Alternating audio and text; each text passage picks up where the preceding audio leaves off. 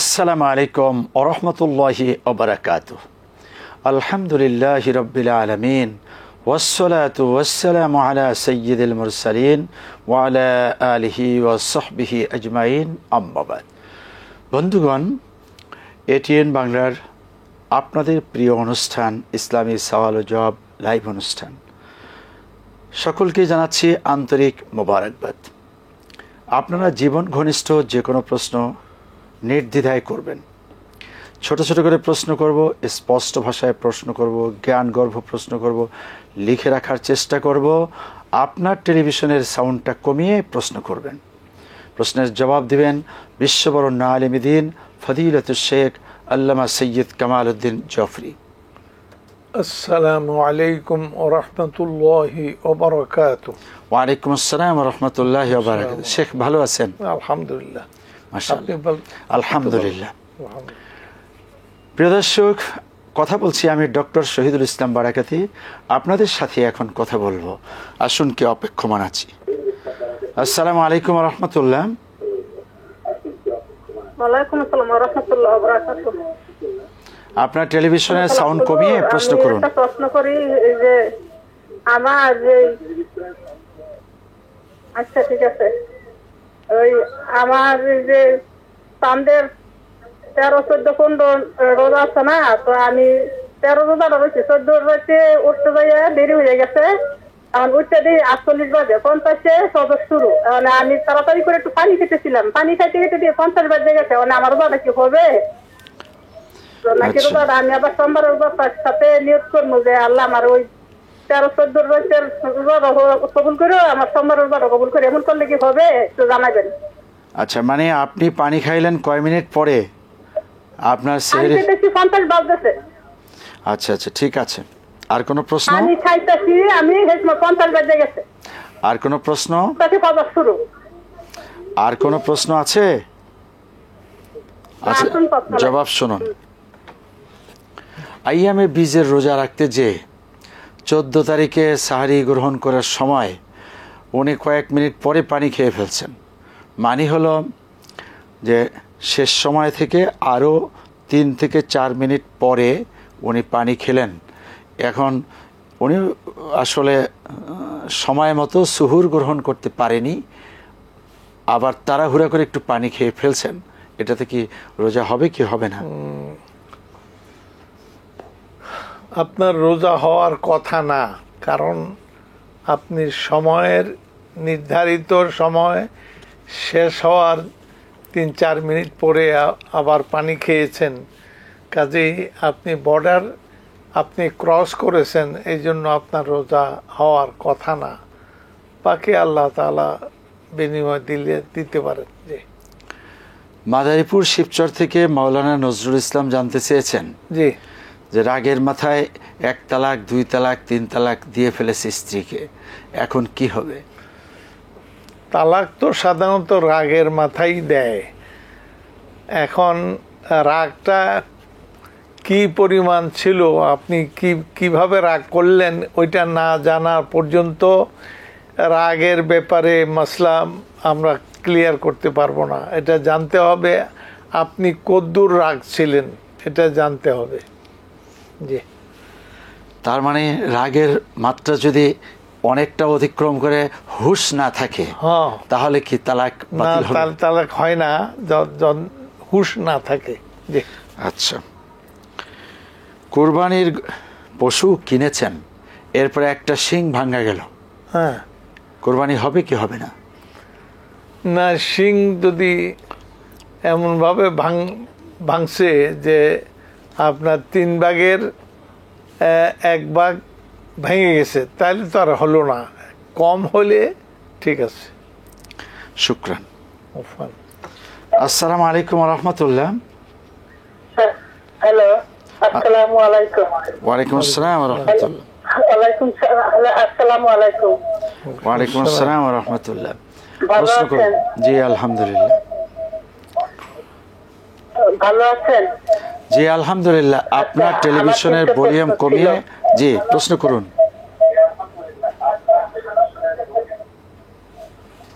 আমার 3টে প্রশ্ন আছে। প্রথম প্রশ্ন হলো আমি সোমবার আর বৃহস্পতিবার রোজা রাখি। বলুন। রাখার পরে এখন অনেক সময় ঘুম থেকে উঠতে পারি না, তো ঘুমের মধ্যে আমি নিয়ত করি যে আল্লাহ আমার রোজাটা তুমি কবুল করো। এটা কি রোজা হবে আমার? আচ্ছা, গেল। আর কি প্রশ্ন? এই রোজাটা কি হবে? এই আর দুই নাম্বার হলো আমি নামাজ অনেক সময় শরীর এত খারাপ থাকে, আমার হাতে একটা টিউমার, তারপর ডায়াবেটিস, প্রেশার, অনেক সময় দাঁড়ায় নামাজ পড়তে পারি না, বৈশা করি। নামাজটা কি কবুল হবে? আর কবুল হইলে কিভাবে আমি বুঝবো যে আমার নামাজ কবুল হইতেছে? তারপরে আচ্ছা, আর 3 নাম্বার হলো যে কোনো সন্তান যদি যদি মা বাবার খোঁজ খবর না রাখে, খালি বউ নিয়েই থাকে, বাবা মা কাঁদতে কাঁদতে শেষ হয়ে যায়, কিন্তু খবরই রাখে না, এই সন্তানের কি হবে? কি আর তাহলে কি বুঝে নেব যে মার দোয়া কবুল হইতেছে না? আচ্ছা, ঠিক আছে, আপনার 3টি প্রশ্ন পেয়েছি, ধৈর্যের সাথে জবাব শুনুন। আসসালামু আলাইকুম। ওয়ালাইকুম আসসালাম ওয়া রাহমাতুল্লাহ। সোমবার বৃহস্পতিবার রোজা রাখেন, জি, কিন্তু ঘুম থেকে জাগ্রত হয়ে সুহুর গ্রহণ করতে পারেন না। এই জন্য ঘুমাবার আগেই নিয়াত করেন যে আল্লাহ, আমি ঘুম থেকে উঠতে পারি আর না পারি, রোজাটা কবুল করে নিও। কবুল হবে? না, ঠিক আছে, আপনি আপনি আপনি আগেই নিয়ত করলেন যে আমি ঘুম থেকে যদি উঠতে পারি তা তো সারি খাবো, আর তা না হলে আল্লাহ তাআলা আপনি কবুল করে নে। আপনার এই মানসিক প্রস্তুতির কারণে আশা করি ইনশাআল্লাহ রোজা হয়ে যাবে। জি। ওনার হাতে টিউমার সহ আরো অসুস্থতা আছে, দাঁড়িয়ে নামাজ পড়তে পারেন না, বসে নামাজ পড়েন, হবে কি হবে না? সেটা যদি আপনি দাঁড়াতে কষ্ট হয়, আপনি দাঁড়াতে পারেন না, তাহলে বলে জায়েজ হবে, আপনার নামাজ কবুল হবে। আর তা না হলে আপনি ক্ষমতা রাখেন, দাঁড়াতে পারেন, তারপরেও দাঁড়াতে পারেন না, তাহলে তো নামাজ হলো না। জি। কবুল হলো এটা বুঝবেন কি করে? না, কবুল হলো এটা তো বোঝার কোনো ক্ষমতা নাই। আপনি ঠিক মতো করলেন কিনা এটাই হলো বুঝ, যে আপনি ঠিক মতো সময় মতো করলেন, যদ্দূর করলেন তদ্দূর করলেন। এইগুলি যদি আপনার ঠিক থাকে তাহলে আশা করা যাবে যে ইনশাআল্লাহ আপনার রোজা আপনার কবুল হবে, ইবাদত ইনশাআল্লাহ। সন্তান মা বাবার কোনো খোঁজ খবর রাখে না, বউ নিয়ে সে থাকে, তাই মা বাবা এতে খুবই কষ্ট পান, কান্নাকাটি করেন। এই যে কান্না, এই যে কষ্ট, এই কষ্টের কারণে এই ছেলের কি হবে? বাবা মার খবর রাখা এটা ফরজ, সন্তানের জন্য এটা ফরজ।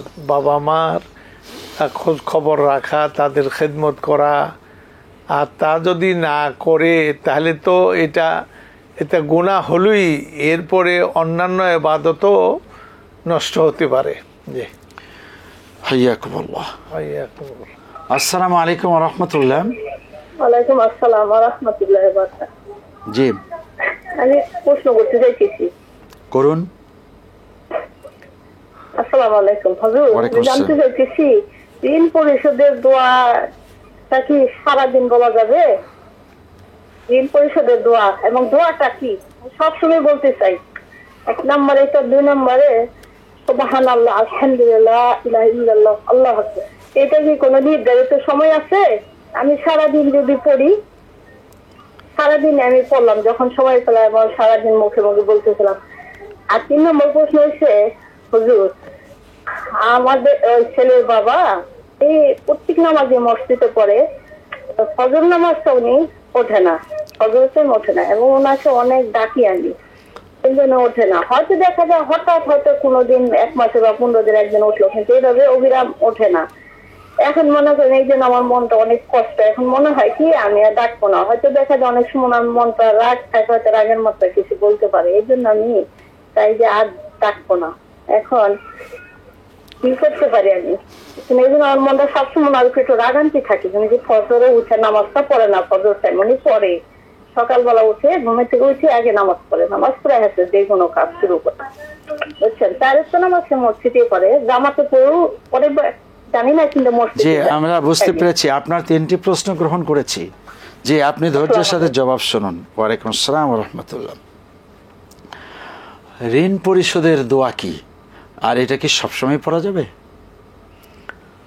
ঋণ পরিশোধের এই যে দোয়া, সেটা আল্লাহ তাআলার কাছে এটা বলা, আয় আল্লাহ আমি আমার ঋণ পরিশোধ করতে পারছি না, আপনি আমাকে তৌফিক দেন, এই যে আল্লাহ তাআলার কাছেও আকুতি জানালেন, এটাই আপনার দোয়া, এটাই। তাছাড়া আরো দোয়া আছে এই মুহূর্তে, আল্লাহুম্মা ইন্নী আউযু বিকা মিনাল বারাসি ওয়াল জুই, আল্লাহুম্মা ইন্নী আউযু বিকা মিনাল হাম্মি ওয়াল হুজনি ওয়াল আজাজি ওয়াল কাসল ওয়া গলাবাতিদ দাইনি ওয়া কাহরির রিজাল। মাশাআল্লাহ, গলাবাতিদ দাইন ওয়া কাহরির রিজাল, ভালো সুন্দর।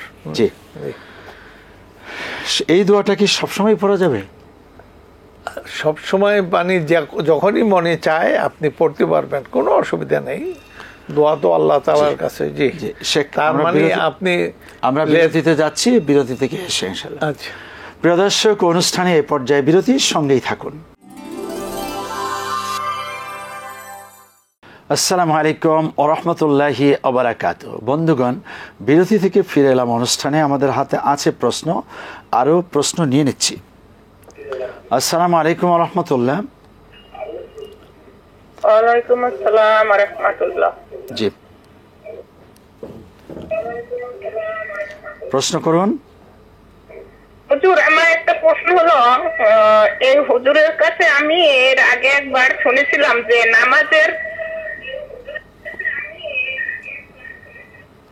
বলুন। নামাজের যখন রুকুতে যাব তখন নজর রাখতে হবে সেজদায়, কিন্তু অন্য অন্য আলেমদের অন্য চ্যানেল থেকেও তো আমরা অনুষ্ঠানগুলো দেখি, তখন ওনারা আবার বলে যে রুকুর সময় মানে নজর রাখতে হবে পায়ের যে পাটা যেখানে আছে তার আঙ্গুলের মাথায় আর কি। এখন কোনটা শুদ্ধ এটা আমি জানতে চাই। আর একটা প্রশ্ন আমার, যে আমি আর একবারে প্রশ্ন করছিলাম আপনার কাছে, যে আমি একটা ফ্ল্যাট নিয়েছি 9 লক্ষ টাকায়, ওই ফ্ল্যাটটা আমি ভাড়া দিয়া যে টাকাটা পাই সেটা আমার, আর মালিকের সাথে আমার চুক্তি 5 বছরের, 5 বছর পর উনি আমাকে 9 লাখ টাকা ফেরত দেবে। এখন এটা শুদ্ধ করার জন্য আমার ভাড়ার টাকাটা যেমন হালাল হয়, সেজন্য আমি সিদ্ধান্ত নিয়েছি যে আমার মূলধন থেকে ওনাকে প্রতি বছর কিছু টাকা কর্তন করব। তাহলে কর্তনের টাকাটা কি আমি বছরের 5 বছরের শেষে দিব, না প্রতি বছরে একবার করে দিব? এই প্রশ্নটা আমার। কর্তনের পরিমাণটা কি নির্ধারিত হয়েছে? বছর আমি 6,000 টাকা ওনাকে কর্তন করব 6,000 আমার মূলধন থেকে। আচ্ছা আচ্ছা, জি হ্যাঁ, সেই দিন জবাব দেওয়া হয়েছিল, তখন আর এই 6,000 আর এই 9 লক্ষ আসেনি, এখন আসছে। জবাব শুনবেন। জি শেখ, আগের প্রশ্ন ছিল সুবহানাল্লাহি ওয়ালহামদুলিল্লাহি ওয়া লা ইলাহা ইল্লাল্লাহু আল্লাহু আকবার ওয়া লিল্লাহিল হামদ, এই দোয়াটা কি সারাদিনই পড়া যাবে, যে কোনো সময় পড়া যাবে, না নির্ধারিত সময় আছে? না, আপনি যে কোনো সময় পড়তে পারবেন, তবে আপনি ল্যাট্রিনে থাকলে করতে পারবেন না, অন্য ইবাদত করতে থাকলে তা করতে পারবেন না। ওই ইবাদতে যে সমস্ত দোয়া আছে, যেভাবে মগ্ন থাকতে হয় সেভাবে মগ্ন থাকতে হবে। এমনিভাবে এগুলি খেয়াল রেখে আপনি যে কোনো সময় পড়তে পারবেন ইনশাআল্লাহ। ওই বোনের আরেকটা প্রশ্ন ছিল, ওনার হাজব্যান্ড নামাজ পড়ে, তবে ফজরের নামাজে যথেষ্ট গাফলাতি করে, কোনো সময় মনে চাইলে উঠল আর প্রায় উঠে না। উনি আগে ডাকতেন, ডাকলে সে বিরক্ত হয়, এখন উনি ভয় পাচ্ছেন যদি আমি ডাকি রাগের মাথায় আবার কোন কথা বলে বসে তালাক দিয়ে ফেলে কিনা, এই ভয়ে ডাকি না। এখন এই যে ডাকি না, এটা কি আমার কোনো অপরাধ হবে? না, আপনাকে ডাকতে হবে, তবে আপনাকে নামাজের ওনার হুঁশ হলে পরে, দিশা হলে পরে আপনি তখন বলবেন আমার উপরে এটা দায়িত্ব আপনাকে আহ্বান করা, আপনাকে স্মরণ করিয়ে দেয়া, সুতরাং আপনি আশা করি আপনি রাগ করবেন না, এটা আমার ধর্মীয় দায়িত্ব, দিনই দায়িত্ব। জি নামাজে দাঁড়ানো অবস্থাতে নজর কোন জায়গায় থাকবে?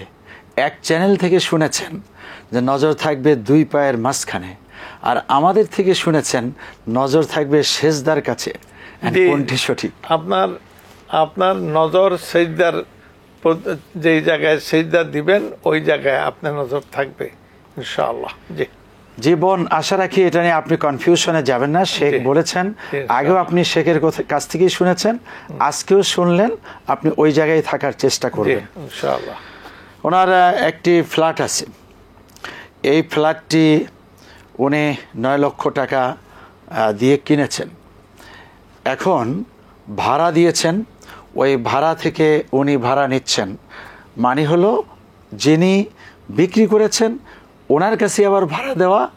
আর এই ধরনের একটা চুক্তি আছে যে ওনার এই ভাড়া টাকা থেকে প্রত্যেক মাসে 6,000 টাকা করে কর্তন করবেন।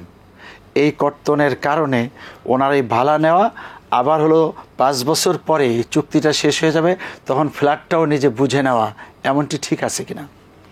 কর্তন করবেন কিসের থেকে? মানে হলো যার থেকে কিনেছেন ওনাকে আবার ভাড়া দিয়েছেন, আর সেই ভাড়া থেকে প্রত্যেক মাসে উনি যে 9 লক্ষ টাকা দিয়েছেন, এই 9 লক্ষ টাকা তো পরবর্তীতে ফেরত নেবেন। এই ফেরত নেওয়া থেকে উনি কিছুটা কর্তন করেন মাসে মাসে যদি ভাড়া থেকে, তাহলে জায়েজ হবে কিনা? মানে বাড়ি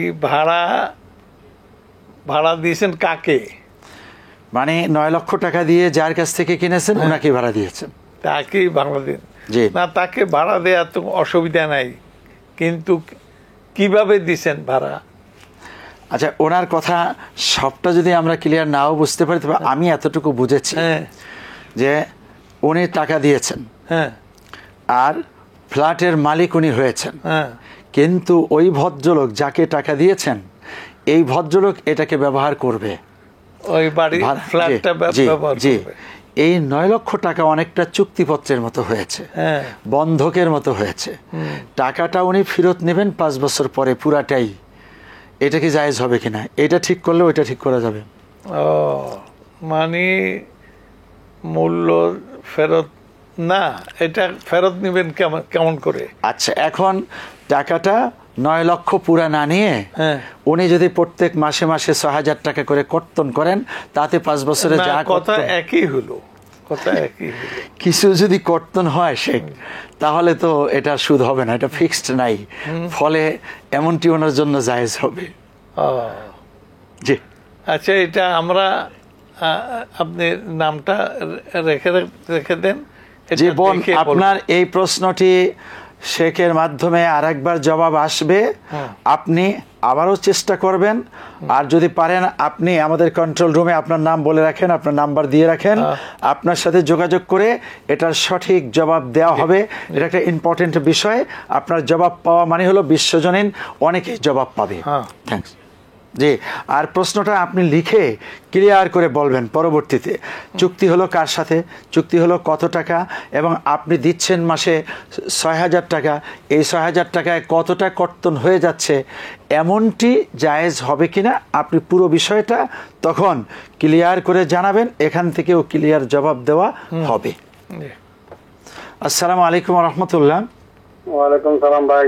জি, প্রশ্ন করব। হ্যাঁ জি ভাই, প্রশ্ন করুন। জি, আসসালামু আলাইকুম। ওয়ালাইকুম আসসালাম ওয়া রাহমাতুল্লাহ। আমি মাসুম কুমিল্লা ধর্মপুর থেকে। জি মাসুম ভাই, প্রশ্ন। আমার প্রশ্নটি আমরা সবাই জানতে চাই। প্রশ্নটি হলো দলিল আসমানি কিতাব আল কোরআন, দলিল সূরা আল কোরআন সূরা বাকারা আয়াত নম্বর 216 অধ্যায় 2 এই আয়াতে কোরআন বলতেছে, তোমরা যা পছন্দ করো তা হয়তো তোমাদের জন্য ভালো না, আর তোমরা যেটা পছন্দ করো না তা হয়তো তোমাদের জন্য ভালো, তোমরা তা জানো না, আমি আল্লাহ ভালো জানি। আমার প্রশ্ন হলো, এখানে তোমরা যা পছন্দ করো হয়তো সেটা তোমাদের জন্য ভালো না, এটি কি বোঝাইতেছে? কি বোঝাইতেছে বা কি এটা মানে কি? আর দ্বিতীয় প্রশ্ন হলো, দেখুন আমরা যা চাই তা পাই না, যা পাই তা চাই না, এ ব্যাপারে ইসলাম কি বলে? আসসালামু আলাইকুম। Thanks a lot. Have a nice day. Thanks. আসসালামু আলাইকুম। ওয়ালাইকুম আসসালাম। Thank you very much. জি মাসুম ভাই, আচ্ছা তার মানে তিনি কোরআনে কারিমের ওই আয়াতের কথাই বলতে চেয়েছেন, আসা আন তাকরাহু শাইআও ওয়া হুয়া খায়রুল লাকুম, আসা আন তুহিব্বু শাইআও। এই আয়াতে বান্দা যেটা চায় সেটা পছন্দ করে, এটার মধ্যে হয়তো অকল্যাণ রয়েছে। এই অকল্যাণটা কি? না, এটা অকল্যাণ হইল আল্লাহ পাক যেটাকে হারাম করেছেন, শরীয়ত যেটাকে নিষেধ করেছেন, সেই জিনিসটা যদি আপনার কাছে ভালো লাগে, এই আয়াতে সেটাই বলা হয়েছে যে তোমরা যেটা পছন্দ করো সেটা আল্লাহর কাছে খারাপ, আর যেটা তোমরা পছন্দ করো না সেটা আল্লাহর কাছে প্রিয়। মানে আল্লাহ যেটা হারাম করছেন সেটা তোমার কাছে প্রিয়, আবার আল্লাহ রসুল যেটা নিষেধ করেছেন এটা তোমার কাছে প্রিয়, আবার যেটা আদেশ করেছেন এটা আপনার কাছে প্রিয় না। হ্যাঁ, এক কথায় আল্লাহ বিরোধী হচ্ছে। জি, এইটাই আল্লাহ বিরোধী পথে যাওয়া যাবে না, সে আরেকটা বিরতিতে যেতে হচ্ছে। প্রিয় দর্শক, অনুষ্ঠানে এ পর্যায়ে আরো একটি বিরতির সঙ্গেই থাকুন। আসসালামু আলাইকুম ওয়া রাহমাতুল্লাহি ওয়া বারাকাতুহু। বন্ধুগণ, বিরতি থেকে ফিরে এলাম। অনুষ্ঠানে আছে প্রশ্ন, নিয়ে নেব প্রশ্ন।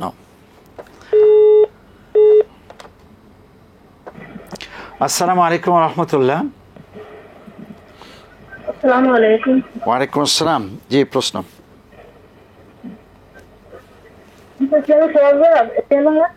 জি, এটিএন বাংলা সওয়াল জবাব। প্রশ্ন করুন।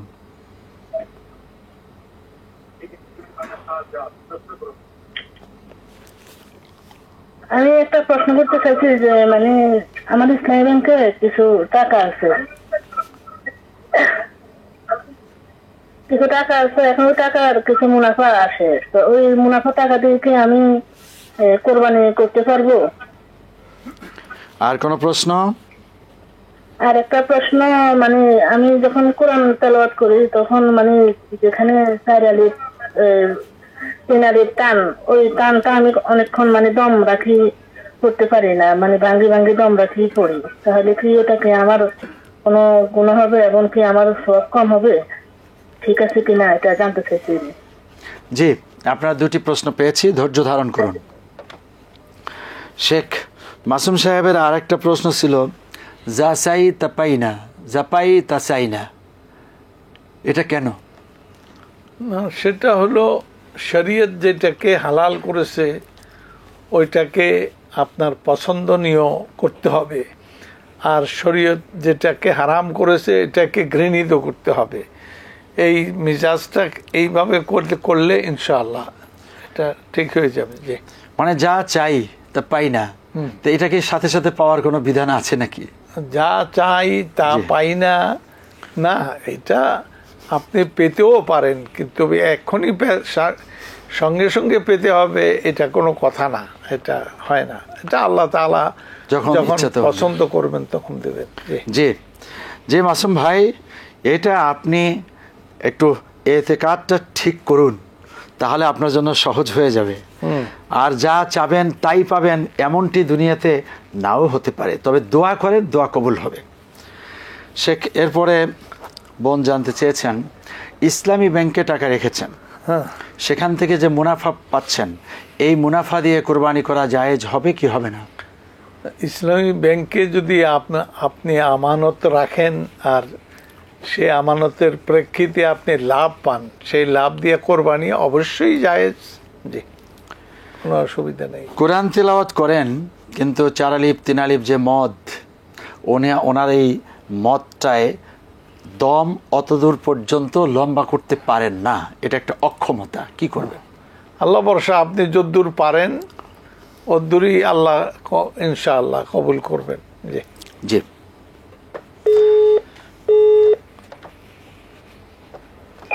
আসসালামু আলাইকুম ওয়া রাহমাতুল্লাহ।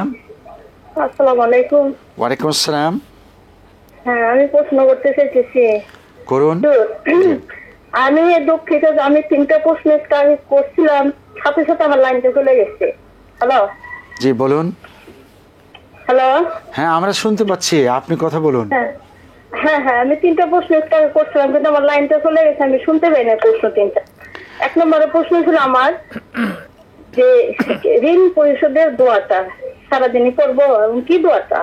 আর 2 নম্বরের প্রশ্ন ছিল যে সুবহানাল্লাহ, আলহামদুলিল্লাহ, ইলাহা ইল্লাল্লাহ, আল্লাহু আকবার, এটাই সারাদিন পড়তে পারবো না কোনো নির্দিষ্ট সময় আছে? আরেকটা ছিল যে ছেলের বাবা, উনি 4 ওয়াক্ত নামাজ মসজিদেই পড়ে, কিন্তু জামাতের সাথে পড়ে কিংবা তাতে নিয়ে কিংবা মসজিদে যায়, কিন্তু ফজর নামাজ তুমি সকালে ঘুমাতে গইটা পড়ে। জি বোন, আপনি একটু ধৈর্য ধারণ করুন।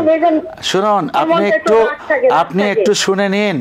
হ্যালো, আপনার 3টি প্রশ্নই রিসিভ করেছি, 3টি প্রশ্নের জবাবও আছে। আর আপনি একটু কষ্ট করে ইউটিউবে আমাদের এই প্রোগ্রামটা হুবহু পাবেন, যা এখানে জবাব দেওয়া হয়েছে। না, বিষয়টা হলো যে আরো অন্যরা অপেক্ষা করছে। আপনারা এটা যদি আমরা রিপিট করি অন্যদের থেকে অভিযোগ আসবে, এই জন্য আপনি একটু কষ্ট করে ইউটিউব দেখে নেন। এখনো ফেসবুকে আছে, এটা অনলাইনে চলতেছে, আপনি ইউটিউব চেক করলেই পেয়ে যাবেন। জি,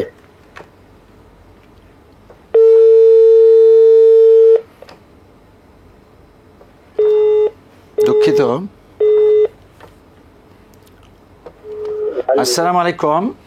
ওয়ালাইকুম আসসালাম। জি, আমি মিজানুর রহমান। জি মিজানুর রহমান সাহেব, প্রশ্ন হলো, ছোটবেলা থেকে একটা মাসালা শুনে আসছি, এখনো শুনি যে কোন ব্যক্তি যদি অন্য কোন ব্যক্তিকে হত্যা করে বা খুন করে, তাহলে যে ব্যক্তি খুন হয় তার আমলনামার যত গুনাহ আছে যে খুন করে তার আমলনামায় চলে আসে, এবং যে খুন হলো সে জান্নাতি হয়ে যায়। সম্পূরক প্রশ্ন এই মাসালাটা ঠিক আছে কিনা? আর সম্পূরক প্রশ্ন হলো, যদি খুন হওয়া ব্যক্তি জালেম হয়, নাস্তিক হয়, কাফের হয়, অর্থাৎ ঈমান যদি না থাকে, তাহলে এর মাসালাটা কি হবে? আসসালামু আলাইকুম। ওয়ালাইকুম আসসালাম ওয়া রাহমাতুল্লাহ। যে জবাব শুনুন, ছোটবেলা থেকে শুনে আসছেন কোনো ব্যক্তি হত্যা করে বা খুন করে, হত্যা খুন একই কথা। তাই যাকে হত্যা করা হলো, হত্যাকৃত ব্যক্তির পাপের বোঝা হত্যাকারীর মাথায় চলে আসলো, আর এ কারণে সে জাহান্নামী হলো। কথা ঠিক না বেঠিক? না, শুধু এই কারণে না, আপনি তাকে অন্যায়ভাবে হত্যা করলেন, যেটা আল্লাহ পাক হারাম করেছেন এটা আপনাকে হালাল করে ফেললেন। এই যে খুন করলেন, এই জন্য আপনি নাউজুবিল্লাহ, যে খুন করলো সে জাহান্নামী হবে। এরপরে তার গুনাহগুলো, তার হিসাব মতে তার গুনাহগুলি তারই স্কন্ধে ট্রান্সফার হওয়ার কথা, এবং এটা হওয়ারও কথা। আল্লাহ তাআলা হেফাজত করুন আমাদেরকে এইভাবে প্রাণী হত্যা করার, মানে মানুষকে হত্যা করার, নাউজুবিল্লাহ। জি, জাহান্নামী হবে কিনা সেই সার্টিফিকেট আল্লাহ জানেন। শেখ যেটা বলেছেন এতটুকু আপনি বুঝে রেখেছেন। আচ্ছা, জালিমের হুকুম কি আর মাজলুমের হুকুম কি? জালিম যে জুলুম করে, যার উপরে জুলুম করলো, তার বিচার তো আল্লাহ করবেন। সুতরাং সে জুলুম কি পরিমাণ করলো সেই এটার উপরে নির্ভর করে, এই তার ফলাফল নির্ভর করে যে কি পরিমাণ জুলুম করলো, কেমন ধরনের জুলুম করলো। একটা হলো টাকা পয়সার জুলুম, একটা হলো খুন করার জুলুম, একটা আঘাত করার জুলুম। জুলুম তো বিভিন্ন রকমের। অবশ্যই জালিম সে অন্যায় করেছে, আর মজলুম এ বেচারা তো আসলেই মজলুম। আসসালামু আলাইকুম ওয়া রাহমাতুল্লাহ। জি, প্রশ্ন করুন। ওয়ালাইকুম আসসালাম ওয়া রাহমাতুল্লাহ। আমি প্রতি সোমবারে রোজা রাখি। বলুন, এই সোমবার আর বৃহস্পতিবার রোজা নিয়ে কয়েকবার বলা হয়েছে, বলুন। খালি সোমবার, সোমবারে রোজা রাখলে আমি সিয়ারে খাই না, তাই রোজা কি হবে? আচ্ছা, আর কোনো প্রশ্ন আছে? হ্যাঁ আছে, আমি ওই ফরজ রোজায় পাই, আমি সিয়ারে খাতে পারি না। আর কিছু? জবাব শুনুন। জবাব শুনুন। উনি শুধু সোমবারে রোজা রাখেন, আবার রমজান মাসে ফরজ রোজাও রাখেন, সুহুর গ্রহণ করেন না, কি হবে? না, সহুর গ্রহণ করেন না, এটা সুন্নত আপনি বাদ দিচ্ছেন। এটা যদি আপনি এটাকে সুন্নত মনে না করেন তাহলে গুনাহ হবে, শক্ত গুনাহ। আর যদি সুন্নত মনে করেন তারপরেও আপনি করেন না, কষ্ট হয়, তাহলে সওয়াব কম হবে, আপনার রোজা হবে তবে সওয়াব কম হবে। জি শেখ, ওই মাসালাটাও যদি বলে দেন, মানে অন্য ধর্মের রোজা আর আমাদের মধ্যে পার্থক্য হলো সুহুর গ্রহণ করা। হ্যাঁ, ওরাও রোজা রাখে, আমরাও রাখি, কিন্তু ওরা সাহরি গ্রহণ করে না, আমরা শেষ রাতে খাই। জি, অতএব আপনার এই প্র্যাকটিসটা ঠিক না, আপনি আস্তে আস্তে সুহুর গ্রহণ করার চেষ্টা করুন। জি শেখ, অনেক অনেক মোবারকবাদ, অনেক কষ্ট করেছেন। প্রিয় দর্শক, কয়েকটি কথা বলবো। এক নাম্বার হলো আমাদের এই অনুষ্ঠান, এটা অনলাইনে ফেসবুকে এবং ইউটিউবে আপনারা পাবেন। যখন আমাদের প্রশ্ন উত্তর চলছে তখন আপনারা ফেসবুক ক্লিক করলে ATN.TV-তে গেলে আপনারা পেয়ে যাবেন। 2 নাম্বার হলো পরবর্তীতেও এটা সপ্তাহব্যাপী, সারা বছর ব্যাপী ইউটিউবে আমরা পাবো। যারা এখানে হয়তো বুঝতে কষ্ট হলো শর্ট টাইম, আপনি ইউটিউবে সার্চ করাটা শিখুন, আশেপাশের লোকদের কাছ থেকে সহযোগিতা নিন। এরপরে হলো আমরা স্পষ্ট প্রশ্ন করার চেষ্টা করব। প্রশ্নটা যদি লেজে গোবরে হয়ে যায় তাহলে আমরা জবাব দিব কোত্থেকে? আর তালাকের মাসালাগুলো, এগুলো আসলে এখান থেকে আমরা জবাব দিতে চাই না। আমরা এ বিষয়ে বারবার বলেছি, শেখ বলেছেন যে আপনারা স্থানীয় ভালো মুফতির কাছে পুরো স্টেটমেন্টটা বলে তারপরে আপনি এর জবাব নেওয়ার চেষ্টা করুন। যাই হোক, আপনাদেরকে আন্তরিক মোবারকবাদ, জাযাকুমুল্লাহ, হাইয়াকুমুল্লাহ। আজ তাহলে এ পর্যন্ত। আল্লাহ রাব্বুল আলামিন আমাদের সকলকে আমল করার তৌফিক এনায়েত করুন। আসসালামু আলাইকুম ওয়া রাহমাতুল্লাহি ওয়া বারাকাতুহু।